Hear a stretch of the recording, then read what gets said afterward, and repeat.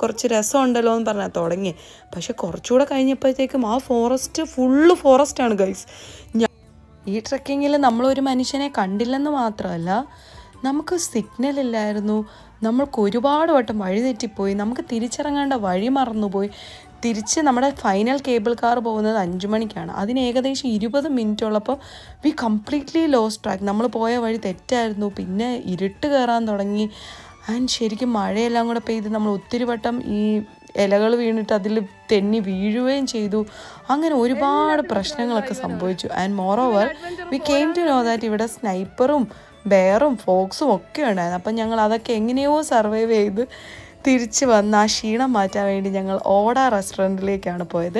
നിങ്ങൾ അൽബേനിയ വന്നിട്ട് ആരോട് വേണമെങ്കിലും ഇവിടുത്തെ ഏറ്റവും ബെസ്റ്റ് റെസ്റ്റോറൻറ്റ് ഏതാണെന്ന് ചോദിച്ചു കഴിഞ്ഞാൽ എല്ലാവരും ഒരേ സ്വരത്തിൽ പറയും ഓഡ എന്ന്. ആൻഡ് എനിക്കിവിടെ കുറച്ച് എക്സ്പെൻസീവ് ആയിട്ട് തോന്നി, പക്ഷെ നല്ലൊരു എക്സ്പീരിയൻസ് ആയിരുന്നു. അപ്പോൾ അത്ര